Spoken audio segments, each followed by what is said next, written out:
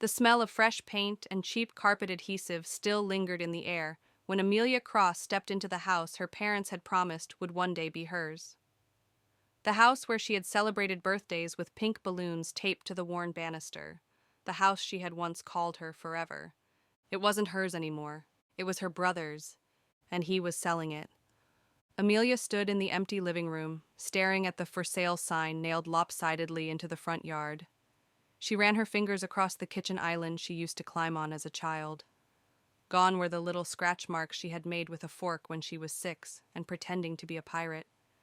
Everything had been repainted, sanitized, the memories scrubbed away like they had never existed. "You shouldn't be here," came a cold voice from behind. Amelia turned slowly.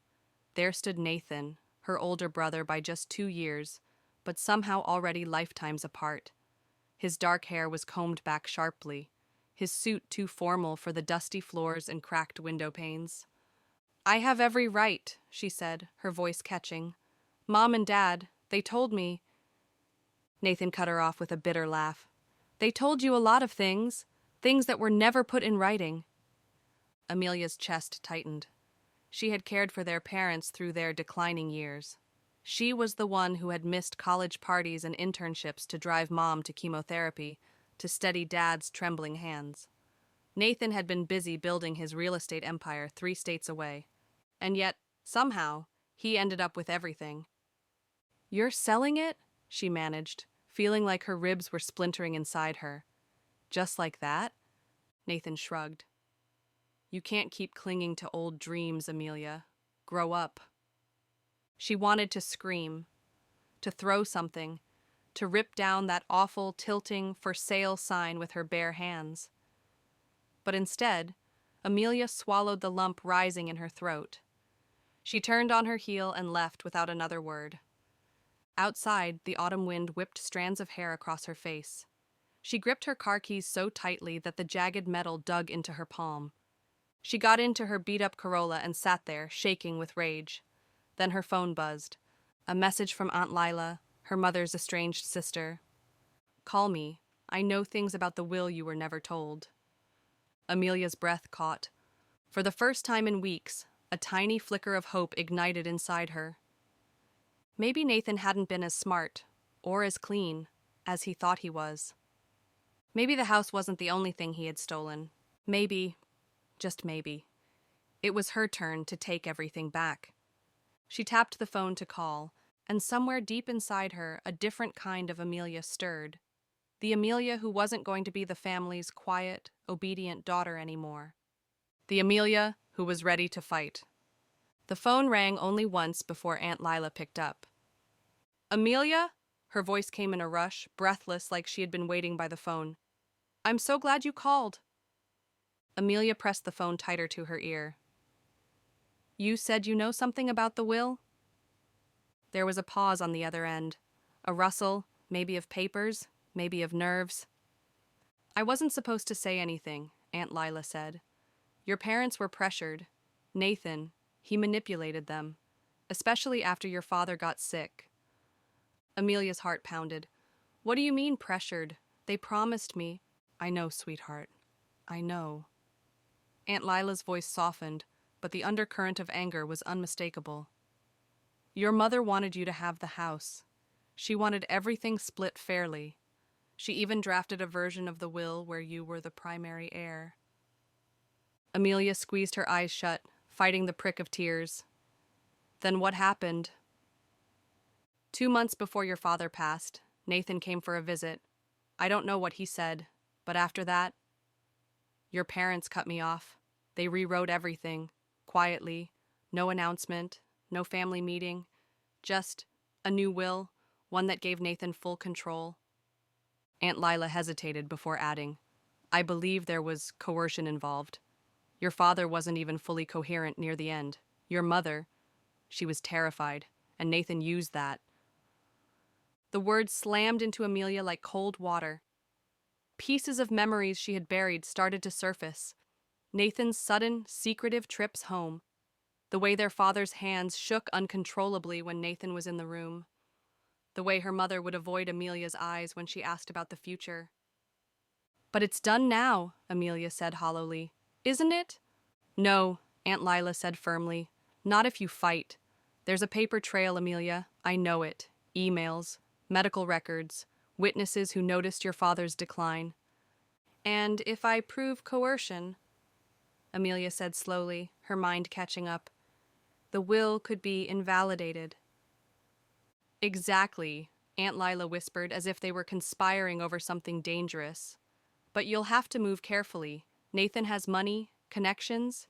He'll crush you if you're not smart. Amelia looked out the car window. The house loomed in the distance, bathed in the cold, gray light of late afternoon. Nathan was still inside, no doubt signing away her childhood. Number not anymore. Where do I start? Amelia asked. Aunt Lila didn't hesitate. The lawyer, Alan Reeves, he handled the will. I know he's been slippery, but he has a reputation for keeping backup files. If you can get him to talk, or at least get a copy of the original drafts, you might have enough to unravel everything. Amelia nodded slowly. Her anger was sharpening into something colder, cleaner, a blade instead of a wildfire. I'll handle it, she said. Later that evening, Amelia sat in her tiny apartment, surrounded by half-packed moving boxes and unpaid bills. She opened her laptop and began to dig. It didn't take long to find Alan Reeves's name online. Mid-sized law firm, specializes in elder law and estate planning. A handful of reviews, all polite but vague. Nothing too revealing. Until she found an anonymous post on a legal forum. Beware Reeves, he'll do whatever the highest bidder wants, especially if the client is vulnerable. Amelia's stomach twisted. She knew then, if she was going to take Nathan down, she couldn't just ask nicely.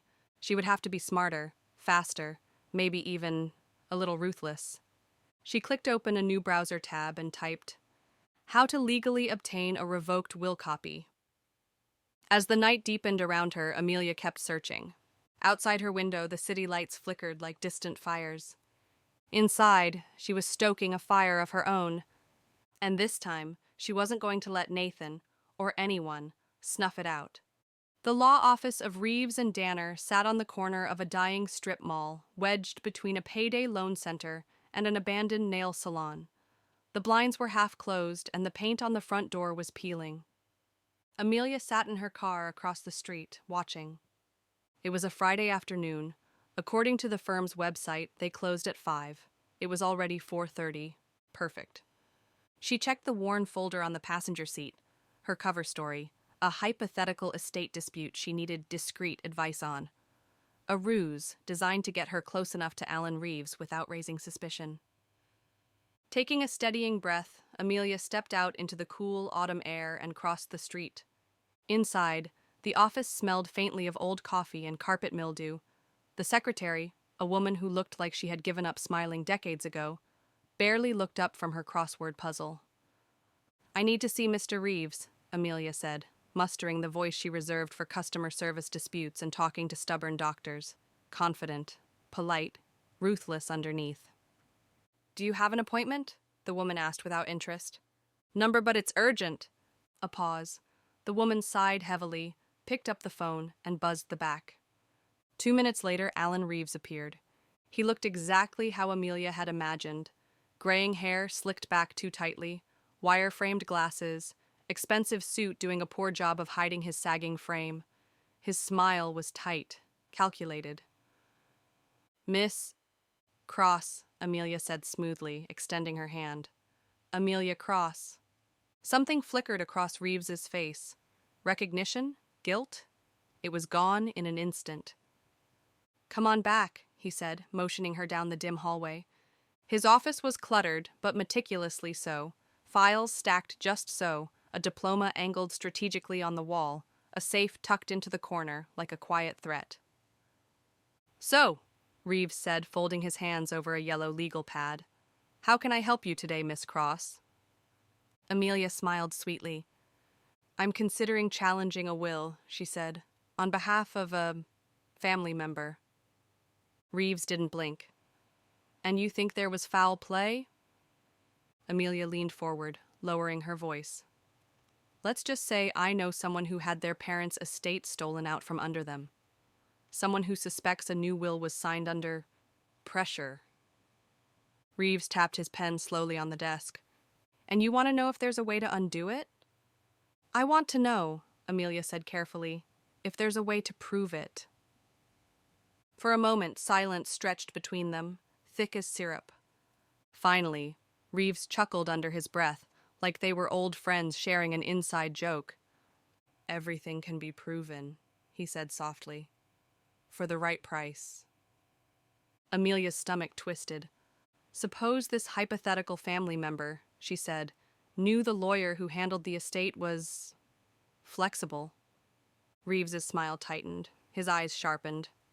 And suppose that lawyer, he countered, kept every draft, every revision, every change, because he's smarter than most. Amelia's hands curled into fists under the table. There it was. Proof that somewhere, the original will, her real inheritance, still existed. And what would it take, she asked, keeping her voice steady, to take a look at those drafts? Reeves leaned back, regarding her like a hawk studying a wounded rabbit. Information is expensive, he said at last, and risky. I would need assurances. Money, Amelia said flatly. He smiled. And discretion. A bitter taste filled her mouth. She wanted to scream at him, to expose him for the parasite he was, but she forced herself to nod. I'll be in touch, she said, rising smoothly. Reeves didn't stand. He just watched her go, a slow, oily smile creeping across his face. Outside, Amelia sagged against her car door, her hands trembling. This was bigger than she had thought. Nathan hadn't just taken the house. He had paid people off, covered tracks, built an entire fortress around his stolen empire. And now, if she wanted justice, she would have to play dirtier than she ever imagined. She slid into the driver's seat, started the engine, and drove toward the one person she knew could help her pull this off, even if it meant dragging another family secret into the light. Because Amelia wasn't fighting for a house anymore. She was fighting for the truth, and she was prepared to tear everything down to get it. The last person Amelia ever thought she'd call for help was seated across from her now, stirring a cup of coffee without looking up. Claire Hartman, Nathan's ex-girlfriend. Claire had been around for years, long enough to know the family's dirty laundry, and smart enough to walk away before Nathan proposed. The breakup had been brutal, quiet, and strange. No public fights, no scandals, just a sudden vanishing. Amelia had always wondered why. Now, sitting across from Claire in a dusty corner booth of a half-empty diner, she was about to find out. So, Claire said, her voice low but sharp, you want dirt on Nathan? Amelia nodded, wrapping her fingers around her own mug just to stop them from trembling. Claire finally looked up, eyes cool and calculating. You should know something, she said. Nathan's not just a liar, he's dangerous. He doesn't lose. Amelia's chest tightened, but she forced herself to lean forward. I'm not asking for charity. I need to know what you know, about the will, about how he got Mom and Dad to change everything. Claire's lips twisted into a bitter smile. You think it was just sweet talking? She said. Nathan blackmailed them. The word hit Amelia like a slap. What? Claire glanced around the diner, lowering her voice even further. He found something out, she whispered. Something about your dad's business dealings from years ago. Embezzlement, I think. Nothing huge, but enough to ruin his reputation if it came out. Nathan threatened to expose it, said he'd make sure Dad died in disgrace if they didn't streamline the inheritance. Amelia felt the room tilt slightly. Blackmail. It was worse than she had imagined. Why would he do that to his own parents? She choked out. Claire shrugged, a sadness flickering across her face. Nathan only cares about Nathan. Always has. Silence stretched between them, broken only by the clink of Claire's spoon against her cup.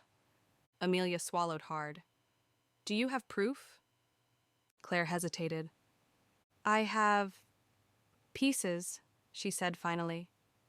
Texts, emails, things I wasn't supposed to see. I thought about using them after he ghosted me, but It never felt safe. Amelia leaned in, her voice urgent. Claire, if you help me, you'll be safe. I'll make sure of it. Claire studied her for a long moment. Amelia could see the battle raging behind her eyes. Fear versus anger, bitterness versus survival. Finally, Claire pulled out her phone and slid it across the table. A message thread lit up the screen. Nathan's number, Nathan's words. If they don't sign, I'll burn Dad's company to the ground. Make them beg. The old man can barely remember what he ate for breakfast. He'll sign whatever I put in front of him. Amelia's blood ran cold. This was it. This was the crack she needed. Claire's hand closed over Amelia's before she could grab the phone. Careful, she said, her voice almost a whisper. Nathan won't go down quietly. Amelia nodded, heart hammering. She understood. She wasn't playing with matches anymore. She was lighting a fuse. And when it went off, Nathan's whole world was going to burn. Later that night, back in her apartment, Amelia sat cross-legged on the floor, the evidence spread out in front of her.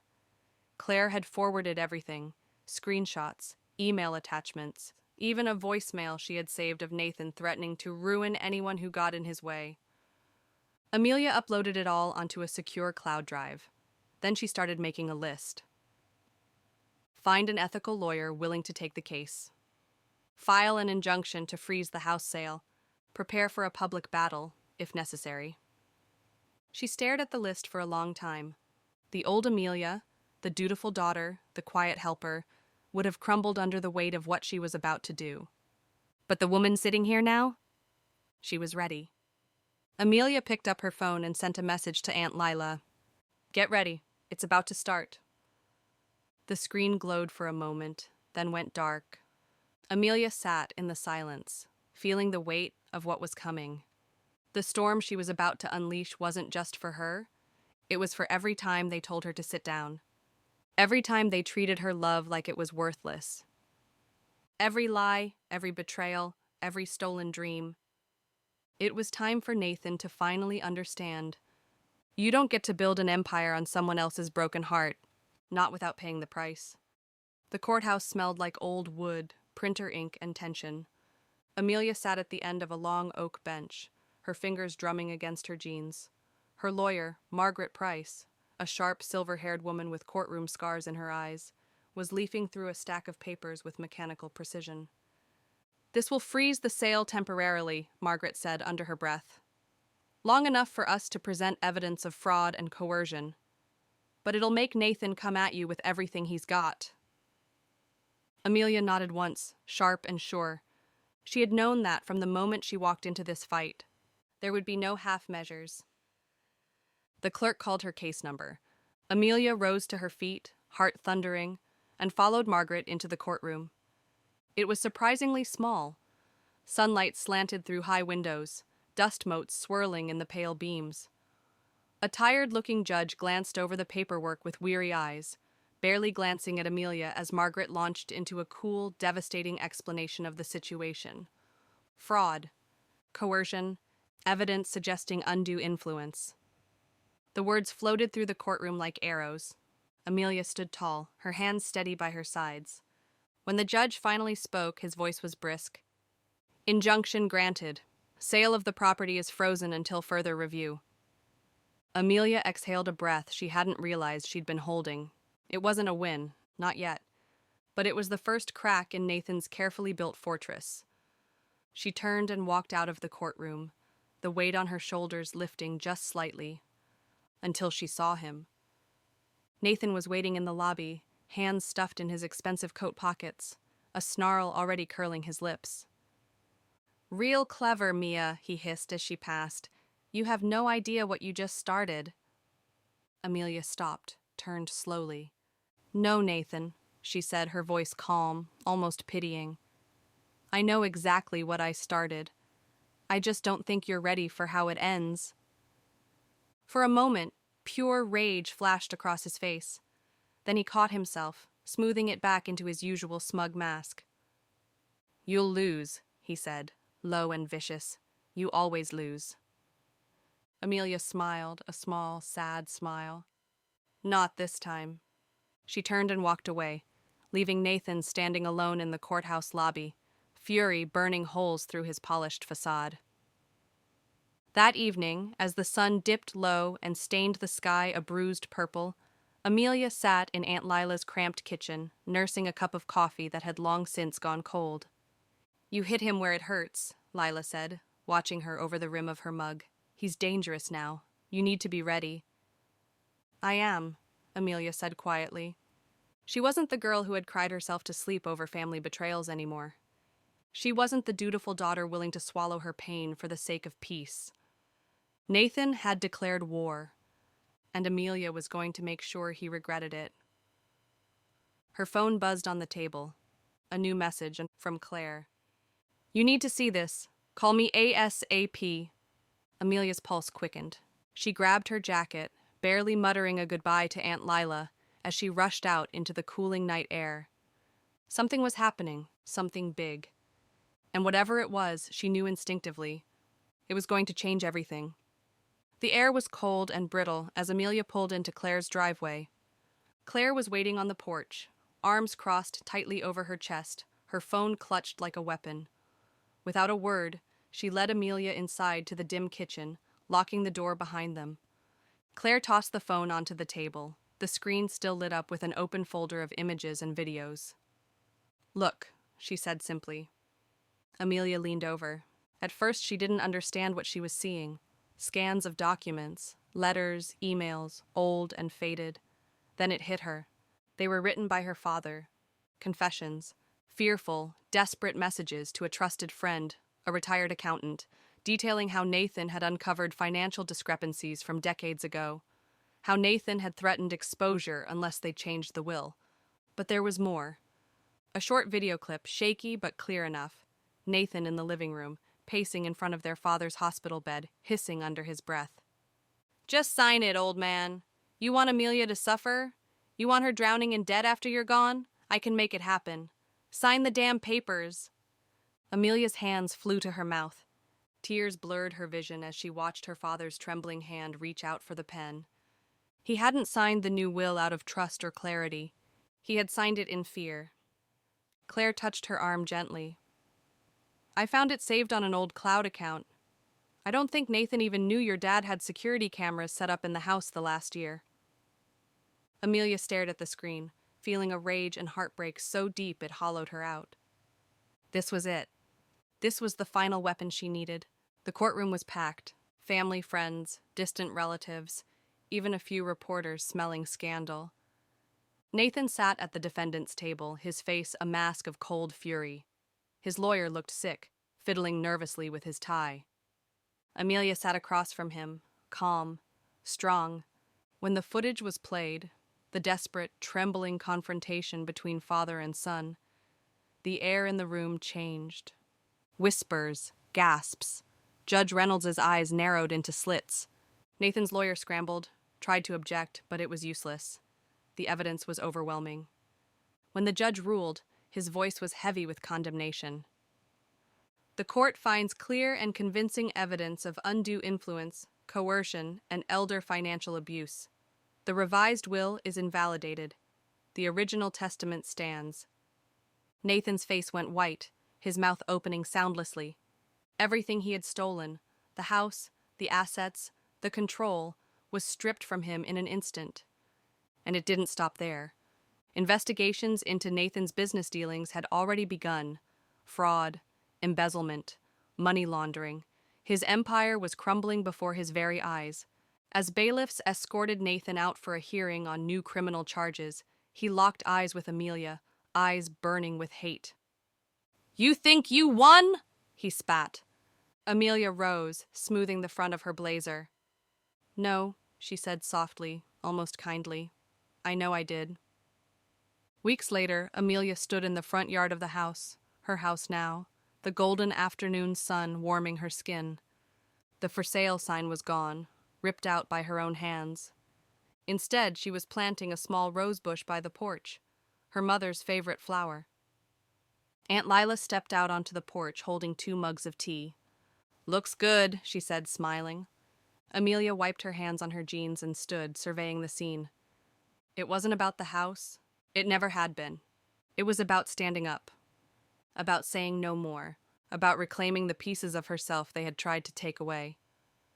She took the mug from Lila, breathing in the sweet, earthy scent. "You did it, kid," Lila said.